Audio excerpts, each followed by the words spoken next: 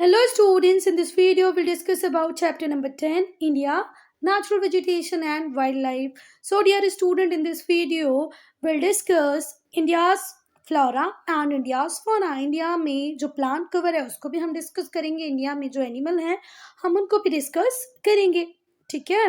तो अगर हम बात करें कि फर्स्ट फॉर्म ऑफ लाइफ अर्थ के ऊपर क्या थे, तो वो थे बच्चे हमारे फ्लोरा, जिन्हें हम प्लांट कहते हैं. ठीक है. फ्लोरा और plant cover is the first form of life that appeared on earth. Flora के बाद कौन आए बच्चा? फौना आए. फ्लोरा को फॉलो करते हुए फौना आए और उसके बाद आए ह्यूमन बीइंग.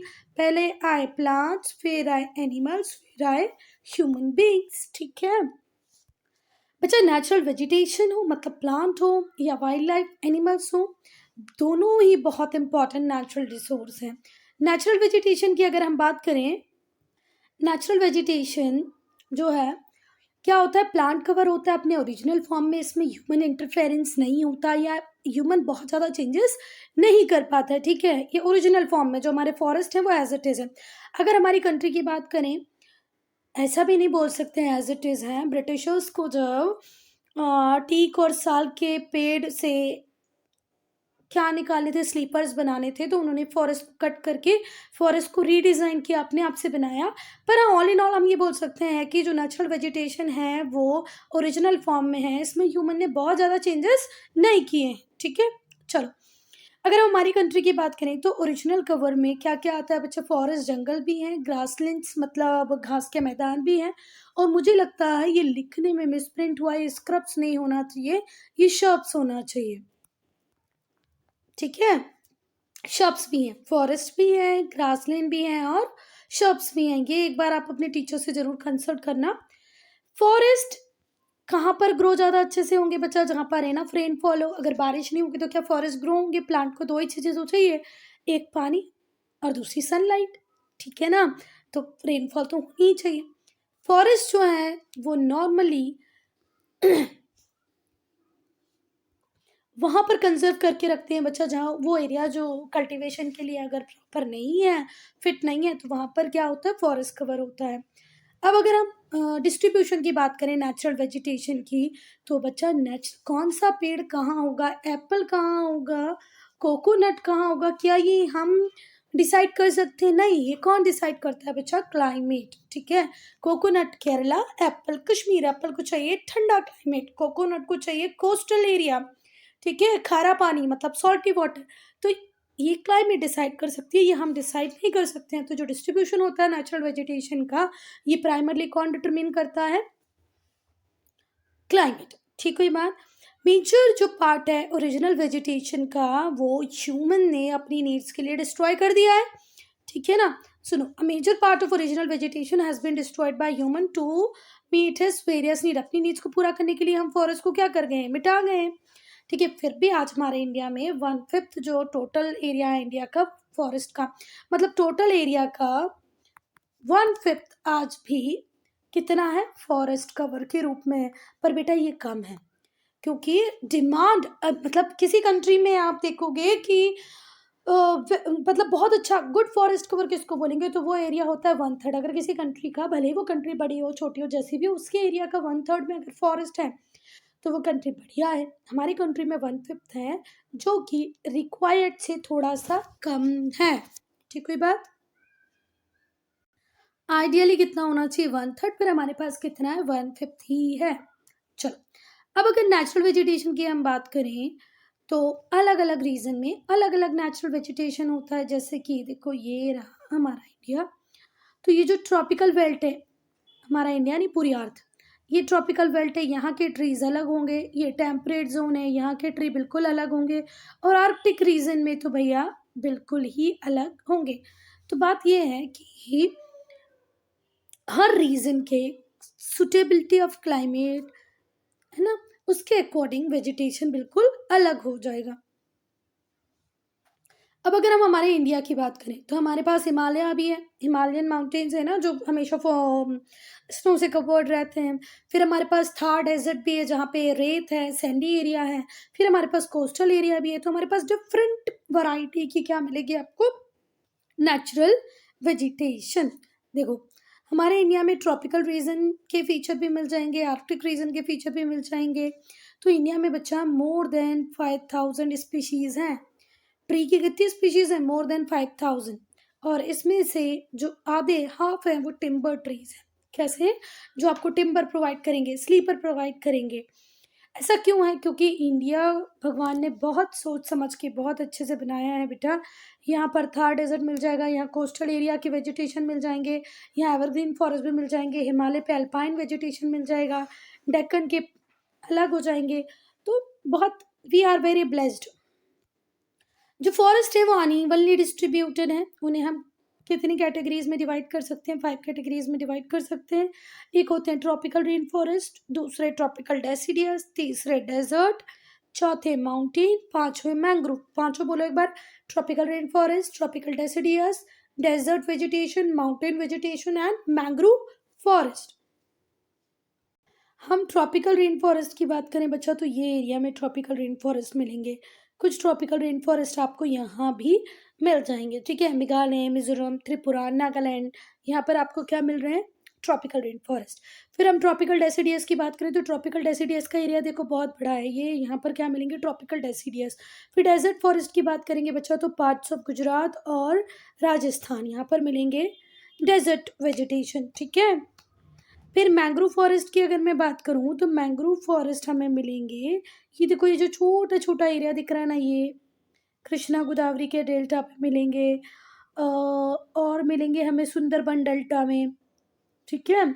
इसके अलावा जो लास्ट बनते हैं माउंटेन वेजिटेशन, तो माउंटेन वेजिटेशन देखो यहाँ पर मिल रही है और यहाँ पर मिल रही है, ठीक है। सिक्किम, अरुणाचल प्रदेश, लद्दाख, कश्मीर, मतलब कश्मीर तो है ही नहीं, जम्मू एंड लद्दाख में, उत्तराखंड में, ठीक है। क्या मिल जाएंगे हमें? हिमाचल प्रदेश में माउंटेन वेजिटेशन। तो इसको देख के आपको आ जाना चाहिए कहाँ पर क्या चीज़ मिल रही है। और इसी के अकॉर्डिंग आप ये भी अंदाज़ा लगा सकते हो, मतलब यहाँ पर अगर आपको ट्रॉपिकल रेन फॉरेस्ट मिल रहा है मतलब यहाँ रेनफॉल बहुत ज़्यादा होगी। यहाँ पे अगर डेजर्ट वेजिटेशन है मतलब रेनफॉल बहुत कम होती होगी। मैंग्रोव फॉरेस्ट है मतलब यहाँ पर स्वाम्पी एरिया होगा, दलदली एरिया होगा, है ना। चलो स्टूडेंट्स, पहले हम लोग डिस्कस करेंगे ट्रॉपिकल रेन फॉरेस्ट को। ट्रॉपिकल रेन फॉरेस्ट ऑब्वियसली बात है हमें कहाँ मिलेंगे? वहाँ जहाँ पर अच्छी खासी रेनफॉल होती हो, ठीक है। तो हमारे इंडिया में सबसे अच्छी रेनफॉल होती है, एक तो होती है कहाँ पर बच्चा? अंडमान निकोबार में, दूसरी होती है ईस्टर्न स्टेट्स में, ठीक है, और तीसरी वेस्टर्न घाट्स में। अब देखो कहाँ कहाँ, ये रहा इंडिया और ये रहा मेघालय, मिजोरम, त्रिपुरा, ठीक है। यहाँ पर बहुत अच्छी रेनफॉल होती है। यहाँ पर है वेस्टर्न घाट, यहाँ पर बहुत अच्छी रेनफॉल होती है। और एक अच्छी रेनफॉल कहाँ पर होती है? अंडमान निकोबार आइलैंड में। तो यहाँ पर इतनी सारी जगहों पर आपको ट्रॉपिकल रेन फॉरेस्ट मिलेंगे, यहाँ मिलेंगे, यहाँ मिलेंगे और यहाँ पर मिलेंगे। चलो कुछ पार्ट वेस्ट बंगाल और उड़ीसा के भी ऐसे हैं जहाँ अच्छी खासी रेनफॉल हो जाती है। और क्योंकि अच्छी खासी रेनफॉल हो जाती है तो क्या भी मिलते हैं? Tropical rain forest. क्या इतनी बातें क्लियर है? चलो, दिस एरिया एक्सपीरियंस है हॉट एंड ह्यूमिड क्लाइमेट। ये एरिया में हॉट भी होता है और ह्यूमिडिटी भी होती है, मतलब गर्म है, ह्यूमिडिटी है क्योंकि आसपास पानी है। तो पानी का हवा में होना ही क्या होता है बेटा? ह्यूमिडिटी, ठीक है। शॉर्ट ड्राई सीजन होता है यहाँ पर। जो एवरेज रेनफॉल होती है वो कितनी होती है? Around 200 centimetre. अच्छी खासी रेनफॉल है ये। So most of the tree in this forest are इधर एवरग्रीन और सेमी एवरग्रीन। एवरग्रीन का मतलब एक बात समझो बेटा, इनको विष्णु जी से कोई आशीर्वाद नहीं मिला है, कभी इनकी पत्तियां नहीं झड़ेंगी। पर क्या होता है, बहुत डेंस फॉरेस्ट होते हैं, तो जब 10 पेड़ अपनी पत्तियां गिराते हैं तो बाकी के 20 पेड़ों में पत्तियां होती है। इसीलिए फॉरेस्ट में दूर से देखने पे हमेशा कैसा दिखता है? ग्रीन। मतलब जो शेडिंग सीजन है वो एक साथ नहीं आता है, ठीक है बात। या तो ये एवरग्रीन होंगे या तो ये सेमी ग्रीन हो। और बेटा ये जो हार्डवुड ट्रीज़ हैं इनका कमर्शियल यूज़ बहुत ही ज़्यादा डिफ़िकल्ट है, क्योंकि यहाँ पर large number of tree species are found together at one place. एक ही प्लेस पे बहुत सारी वेजिटेशन अवेलेबल है, इसीलिए ये जो हार्डवुड ट्रीज़ हैं इनका जो यूसेज है वो बहुत टिपिकल है। फिर से सुनो, the commercial use of these hardwood trees is difficult. चलो अब हम देखेंगे ट्रॉपिकल डेसिडियस फॉरेस्ट। तो ये जो ट्रॉपिकल डेसिडियस फॉरेस्ट है इन्हें हम मॉनसून फॉरेस्ट भी बोलते हैं बच्चा। ये कहाँ कहाँ पर मिलेंगे? हिमालय के फूट हिल्स पे मिलेंगे, eastern slopes of western Ghat. Western Ghat के ईस्टर्न स्लोप्स पे आप मेरी बात सुनो, ये रहे वेस्टर्न घाट्स, मैंने आपको बताया। तो वेस्टर्न घाट्स जो है बेटा, इनका जो ये वाला साइड होगा वेस्टर्न साइड, है ना। यहाँ तो आपको एवर ग्रीन फॉरेस्ट मिलेंगे या ट्रॉपिकल रेन फॉरेस्ट मिल जाएंगे, पर इसका ईस्टर्न साइड भी तो होगा। ये माउंटेन है, तो अगर ये इसका वेस्टर्न साइड है तो ये इसका ईस्टर्न साइड भी तो होगा ना।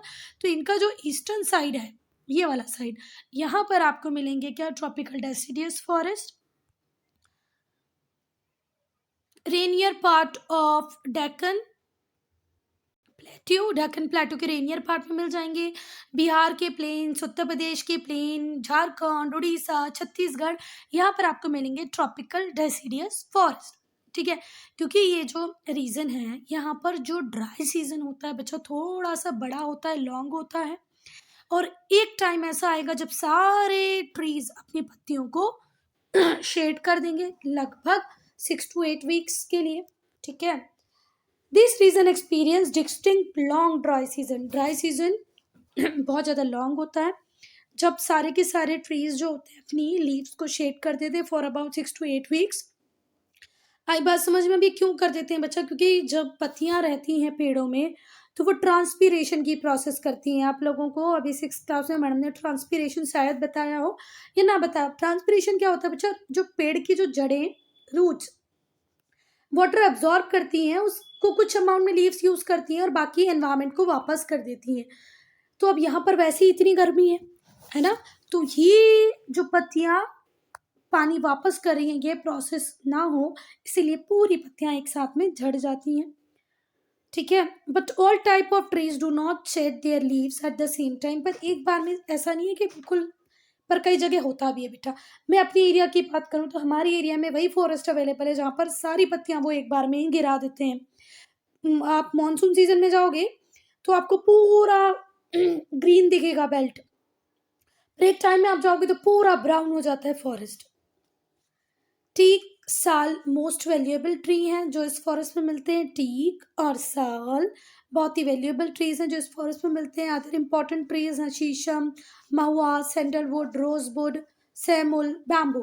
ठीक है, vast area covered by this forest have been clear to provide land for cultivation. ठीक है बात, अब वास्ट एरिया जो इस फॉरेस्ट कवर का है, इसको क्लियर किया जा चुका है बच्चा। क्यों, क्योंकि हमें कल्टीवेशन करना है, हमारी पॉपुलेशन बढ़ती जा रही है तो उसको फूड देना है, तो हमें एग्रीकल्चर करना है। तो हमने बहुत सारे ऐसे फॉरेस्ट को क्या कर दिया है, ट्रॉपिकल डेसिडियस को कट, और उस पर अब हम कर रहे हैं कल्टीवेशन, वीट, राइस ग्रो कर रहे हैं। अब बात आती है डेजर्ट वेजिटेशन की। तो डेजर्ट वेजिटेशन कहाँ मिलेगा, पार्ट्स ऑफ गुजरात और राजस्थान में। ठीक है बात, यहाँ पर होगी रेनफॉल कम, तो ह्यूमिडिटी हो सकती है क्या, आसपास पानी नहीं है, बारिश नहीं पड़ रही, नदियाँ नहीं है, नदियाँ हैं तो ऐसी नदियाँ जो अपने आप ही जल्दी जल्दी सूख जाती हैं, तो ह्यूमिडिटी नहीं होती बेटा। ठीक है, टेम्परेचर कैसा रहता होगा, बहुत हाई। चलो, डेजर्ट वेजिटेशन वहाँ मिलेगा जहाँ रेनफॉल है कम, ह्यूमिडिटी है कम और टेम्परेचर है बहुत ही ज़्यादा हाई। ठीक है, क्लियर हुई बात। जो ट्रीज होते हैं बहुत ही स्कैटर्ड होते हैं with bushes, shrubs between them. देखो जो ऊपर स्क्रब्स लिखा था वहां यही लिखा होगा श्रब्स। तो बुशेस होती है, कांटेदार झाड़ियां होती हैं, श्रब्स होती हैं, है ना, और ट्रीज बहुत दूर दूर फैले फैले होते हैं, मतलब पास पास बहुत ट्रीज नहीं मिलेंगे। ये डेजर्ट वेजिटेशन का एग्जाम्पल है। बाकी इतने थोड़े थोड़ी प्लांट ट्रीज होंगे कहीं कहीं। और ये अकाशिया, अकाशिया क्या बोलते हैं, बबूल, बबूल पैसे वसूल। आप लोगों को नहीं पता है, कैड आता था पहले बबूल पेस्ट का। चलो, तो डेजर्ट वेजिटेशन का ये एग्जाम्पल है। और ये अकाशिया का पेड़ है जिसे हम हिंदी में बबूल बोलते हैं। इसकी से निकलती है गम, जिसको हम खाते भी हैं गोंद के लड्डू में। One more feature you should know about the desert vegetation, students.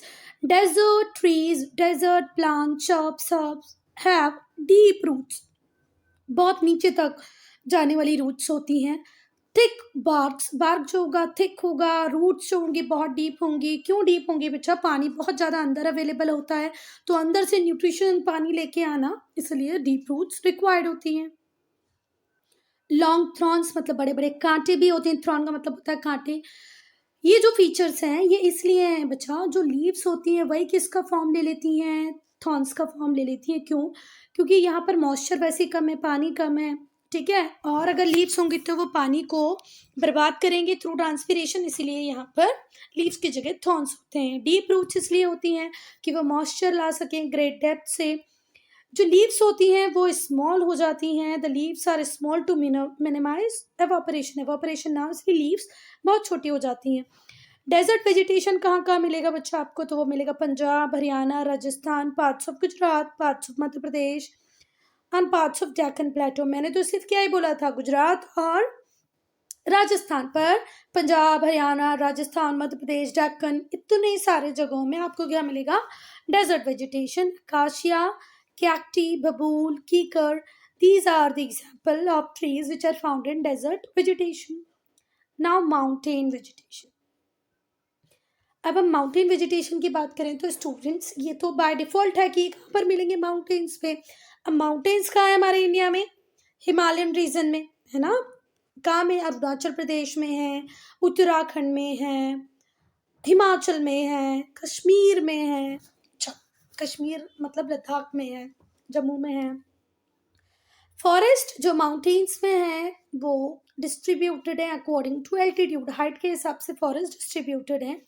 जैसे जैसे टेम्परेचर आप ऊपर जाते जाओगे टेम्परेचर कम होता जाएगा, जितना ज़्यादा हाइट पे जाओगे यहाँ से यहाँ कम टेम्परेचर होगा, यहाँ से यहाँ कम टेम्परेचर होगा। डू रिमेंबर हर 165 मीटर ऊपर जाने पे, हर 165 मीटर ऊपर जाने पे टेम्परेचर 1 डिग्री से कम हो जाता है।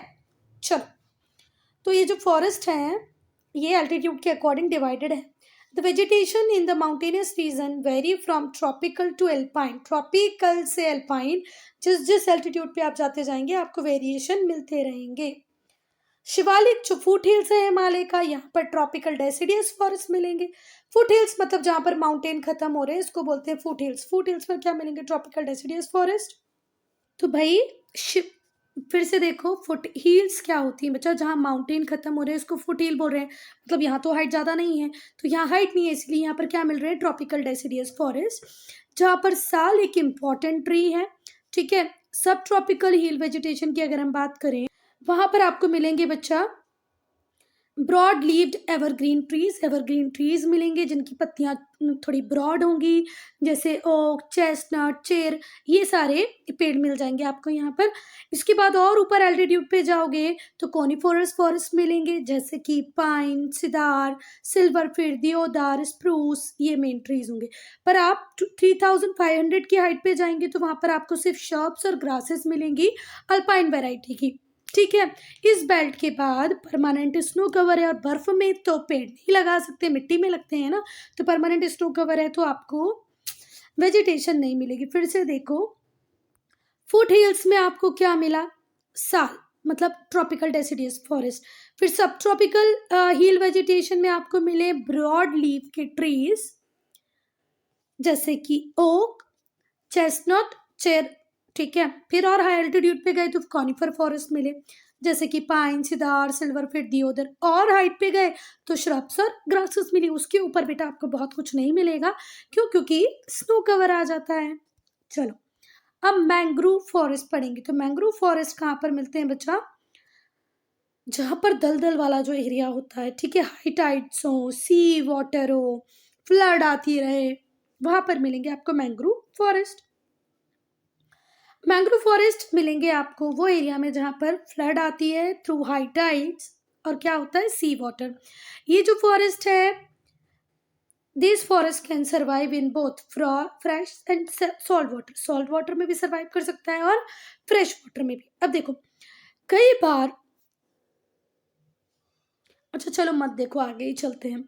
डेंस मैंग्रोव फॉरेस्ट कहाँ पर होंगे, कोस्ट लाइन पर होंगे, टाइडल क्रीक्स पे होंगे, बैक वाटर्स में होंगे, सॉल्ट मार्सेस में होंगे। तो कहाँ कहाँ मिल सकते हैं आपको मैंग्रोव फॉरेस्ट, या तो वो आपको कोस्ट लाइन पे मिलेगा, या टाइडल क्रीक्स में मिलेगा, या बैक वाटर में मिलेगा, ठीक है, सॉल्ट मार्सेस में मिल जाएगा। जो लोअर डेल्टा है गंगा का, ब्रह्मपुत्र रिवर का, गंगा और ब्रह्मपुत्र रिवर मिलके दुनिया का सबसे बड़ा डेल्टा बनाती है जिसको हम बोलते हैं सुंदरबन डेल्टा, और ये मैंग्रोव फॉरेस्ट का ही एग्जाम्पल है। इस फॉरेस्ट में एक बहुत ही विचित्र प्रकार के पेड़ मिलते हैं जिन्हें हम सुंदरी ट्रीज बोलते हैं। वैसे तो पेड़ की जड़ें जमीन में होती है, पर हमारे सुंदरी ट्री की जो जड़ें हैं वो ऊपर भी हैं, इन्हें हम बोलते हैं एरियल रूट्स। क्या बोलते हैं बच्चा? Aerial roots. और ये एरियल रूट्स क्यों हैं? क्योंकि ये इतना दलदली एरिया बच्चा, इतना मार्सी लैंड है कि ये ऑक्सीजन प्रॉपर नहीं ले पाते, इसलिए इनको यहाँ से रूट दे दी कि भाई तुम ओपन एयर से ऑक्सीजन ले लो, भगवान किसी को कम नहीं देता। चलो चलो चलो, तो ये जो फॉरेस्ट है इनमें सुंदरी ट्रीज हैं जिनका नाम सुंदरबन डेल्टा से डिराइव किया गया है। ये जो ट्रीज हैं ये हार्ड, ऑयली, ड्यूरेबल वुड देते हैं। एक ऐसी लकड़ी जो हार्ड भी है, ऑयली है, ड्यूरेबल है, which is use in construction work and making boat. Boat बनाने में, कंस्ट्रक्शन एक्टिविटी में सुंदरवन से जो सुंदरी ट्री है उनकी लकड़ियाँ काम में ली जा सकती हैं। अब हम देखेंगे इम्पोर्टेंस ऑफ फॉरेस्ट क्या है। फॉरेस्ट की इम्पोर्टेंस भाई हमें कितने वैल्यूएबल्स देता है। ऑक्सीजन दे रहा है, ठीक है, गम दे रहा है, रेजिन्स दे रहा है, फर्नीचर के लिए दे रहा है, वुड, टिम्बर, ठीक है, कंस्ट्रक्शन एक्टिविटी के लिए वुड टिम्बर दे रहा है। और क्या दे रहा है? फॉरेस्ट एनिमल, मतलब जो एनिमल है उनके लिए रेसिडेंशियल प्रोवाइड कर रहा है, ठीक है, रहने की जगह मिल रही है उनको। और बहुत कुछ भाई। चलो, कई बार मेडिसिनल वैल्यू के ट्रीज भी मिल जाते हैं, शॉप्स मिल जाती हैं, हर्ब्स मिल जाती हैं। 17% जो वर्ल्ड की पॉपुलेशन है, with about 17% of world population, India has nearly 2% of total forest. दुनिया में जो टोटल फॉरेस्ट है उनकी 2% इंडिया में ही है। नेशनल फॉरेस्ट पॉलिसी में जो मिनिमम डिजायर्ड एरिया है वो 33% होना चाहिए, पर हम बहुत पीछे हैं, थोड़ा सा पीछे, बहुत जो भी आप बोल लो, हमारे पास सिर्फ 24.16% टोटल फॉरेस्ट एरिया है। ठीक है बात। 17% वर्ल्ड की population, with about 70% of world population, India has 2% of total forest. Total forest का 2% है। इंडियन फॉरेस्ट पॉलिसी के अकॉर्डिंग मिनिमम 33% पे आपके पास फॉरेस्ट होना चाहिए, पर भाई हमारे पास सिर्फ कितना है? 24.16%, थोड़ा सा कम है। जो फॉरेस्ट रिसोर्सेज हैं हमारी कंट्री में बचा वो एडिकेट नहीं है, ठीक है, इन एडिकेट है। मतलब एडिकेट का मतलब होता है पर्याप्त, इन एडिकेट का मतलब होता है अपर्याप्त। तो अपर्याप्त कम है, और कम होने के साथ साथ अनइवनली डिस्ट्रीब्यूटेड है, ठीक है, कहीं पर है कहीं पर नहीं है। टोटल फॉरेस्ट में से देखें तो सिर्फ 70% में ही वैल्यूएबल ट्रीज मिलते हैं, बाकी की 30% में हमें कुछ ज़्यादा नहीं मिलता। Most of the forest are deciduous and cony forest. बहुत सारी फॉरेस्ट या तो डेसिडियस है या कॉनी फॉरेस्ट है। हमें बहुत वैरायटी की चीज़ें फॉरेस्ट से मिल जाती हैं, जैसे टिम्बर, फायरवुड, ठीक है, और दूसरे प्रोडक्ट भी हैं जैसे लाख जैसे चूड़ियाँ बनती हैं, resin, gum, cellulose, fodder, tendu leaves, medicinal herbs, ये सब हमें फॉरेस्ट से मिलता है। फॉरेस्ट का एक इम्पॉर्टेंट रोल है बच्चा हमारी इकॉनमी में। फॉरेस्ट के कुछ स्पेसिफिक टाइप के फंक्शंस हैं जो फॉरेस्ट अपना काम कर ही रहा है, हमें कंटिन्यू ऑक्सीजन दे ही रहा है, एयर करंट को सर्कुलेट रेगुलेट कर रहा है, फ्लड को मॉडरेट कर रहा है, बाढ़ जितनी आती है उससे भी तेज आ सकती है बच्चा अगर फॉरेस्ट ना हो तो हमारे फॉरेस्ट कम से कम इसको मॉडरेट करके रख रहे हैं, सॉइल इरोजन को प्रिवेंट कर रहे हैं। मतलब ये कुछ स्पेसिफिक फंक्शन है जो सिर्फ फॉरेस्ट ही कर सकता है, अपनी जड़ों के थ्रू सॉइल को होल्ड करके रखना जिससे सॉइल इरोजन ना हो, फ्लड मॉडरेट हो, सॉइल को कंजर्व करके रखे, ठीक है, सॉइल में मॉइस्चर को कंजर्व करके रखे, सॉइल की फर्टिलिटी को बढ़ाए। तो ये सारे काम हमारा फॉरेस्ट बहुत अच्छे से कर रहा है, ऑल दो इट इज इनफ, है ना, इनफ नहीं, नॉट इनफ, इनएडिकेट। थोड़ा सा और फॉरेस्ट कवर को हमें बढ़ाने की जरूरत है। अब फॉरेस्ट तो डिस्कस किया, अब हम डिस्कस करेंगे वाइल्ड लाइफ को। Indian forest house a large variety of animal. Large variety of animal का घर है हमारा फॉरेस्ट। 80,000 स्पीशीज है हमारे पास एनिमल्स की। कितनी? 80,000। India has more than 1200 species of bird. 80,000 species of animal, 1200 species of bird, many type of reptile, बहुत सारे टाइप के रेप्टाइल। और बच्चा एक बात और यहीं पे समझो कि इन टोटल वर्ल्ड में 12 मेगा बायोडाइवर्सिटी सेंटर हैं। 193 कंट्रीज में ओनली 12 मेगा बायोडाइवर्सिटी कंट्री हैं, उसमें से हमारी इंडिया एक है, 11 दूसरी और एक इंडिया, टोटल 12। तो ये प्राउड की बात है। चलो, एलिफेंट मेजेस्टिक एनिमल है, लार्जेस्ट मैमल है जो हमारी कंट्री में है, ठीक है। Largest mammal found in our country, ये असम में, वेस्ट बंगाल में, मध्य प्रदेश, कर्नाटका, केरला, तमिलनाडु में मिल जाएगा। तो elephant is the most Majestic and largest mammal जो हमारी कंट्री में मिलेगा। ठीक है, चलो उसके बाद वन हॉर्न राइनासोरस एक एंडेंजर्ड स्पीशीज है। एंडेंजर्ड मतलब अगर अभी आप इस पे ध्यान नहीं दोगे तो ये एक्सटेंट हो जाएगी। इनकी जो लोकेशन है बच्चा अभी सिर्फ कन्फाइन करके बस थोड़े से एरिया में ये है, असम और वेस्ट बंगाल में। इन्हें हमने प्रोटेक्ट करके रखा है कांचीरंगा और मानस नेशनल पार्क में और जल्दापारा वाइल्ड लाइफ सेंचुरी में। यहीं पर मिलेंगे। कहाँ कहाँ मिलेंगे वन हॉर्न राइनासोरस? या तो कांचीरंगा, मानस, या तो जल्दापारा वाइल्ड लाइफ सेंचुरी में। चलो, इंडिया अकेली कंट्री है जहाँ तुम्हें टाइगर भी मिलेगा और लॉयन भी मिलेगा। इंडियन लायन का ये नेचुरल हैबिटेट है जो कहाँ पर है? गुजरात, गिर फॉरेस्ट गुजरात में इंडियन लायन का नेचुरल हैबिटेट अवेलेबल है। टाइगर तुम्हें मिल जाएंगे मध्य प्रदेश में, हमारा स्टेट मध्य प्रदेश, वेस्ट बंगाल और हिमालयन रीजन में। टाइगर कहाँ कहाँ मिलेंगे? Madhya Pradesh, waste Bengal, Himalayan reason में। एट प्रेजेंट हमने 50 टाइगर रिजर्व बना रखे हैं हमारी कंट्री में। कितने टाइगर रिजर्व है? 50। लॉयन का नेचुरल होम गिर फॉरेस्ट गुजरात। इंडिया अकेली कंट्री है जहां तुम्हें टाइगर भी मिलेगा और लॉयन भी। अब पूछा जाएगा first national park of India, तो क्या बोलोगे? Jim Corbett. Oldest national park of India Jim Corbett. ये किस स्टेट में? उत्तराखंड में। पर जब चलो अच्छा छोड़ दो इसको। ये एस्टेब्लिश हुआ था 1936 में एज हेली नेशनल पार्क। किस नाम से? हेली नेशनल पार्क के नाम से। पर 1952 में इसको रीनेम कर दिया गया as the Ram Ganga national park. फिर 1957 में इसको फिर से रीनेम किया गया as Jim Corbett national park.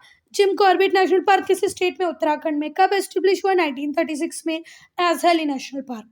52 में इसका नाम बदल के राम गंगा कर दिया गया।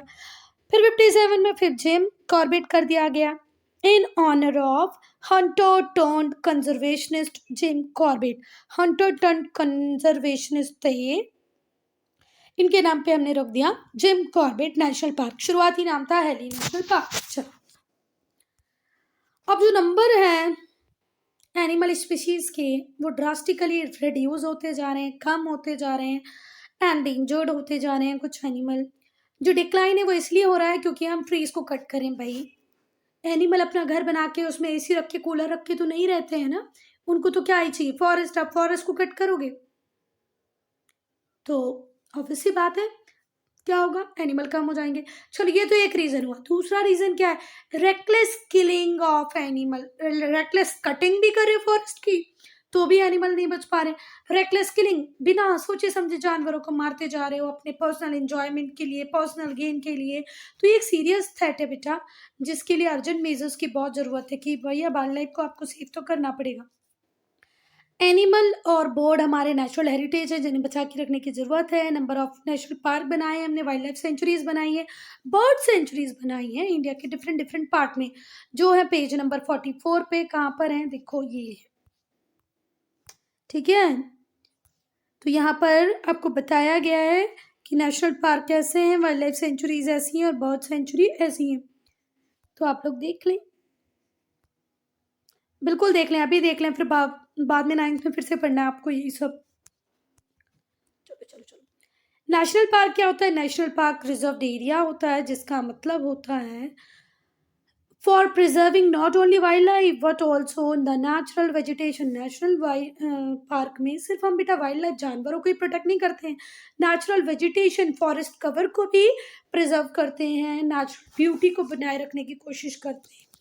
वाइल्ड लाइफ सेंचुरी की बात करें तो ये वो रिजर्व एरिया है जिसमें हम प्रिजर्वेशन करते हैं, डेवलपमेंट करते हैं एंडेंजर्ड स्पीशीज़ का। वो स्पीशीज़ जो धीरे धीरे ख़त्म हो रही हैं उनके लिए, एंडेंजर्ड स्पीशीज़ के लिए बनाई है हमने वाइल्ड लाइफ सेंचुरी। हम लोग वाइल्ड लाइफ वीक भी ऑब्जर्व करते हैं। कब? अक्टूबर के फर्स्ट वीक में हर साल, so that we can promote public awareness about wildlife conservation। So student, यहाँ पर होता है चैप्टर खत्म। कोई डाउट है, कोई प्रॉब्लम है, कोई सजेशन है वीडियो फॉर्मेट में इम्प्रूवमेंट का, तो please state in comment section.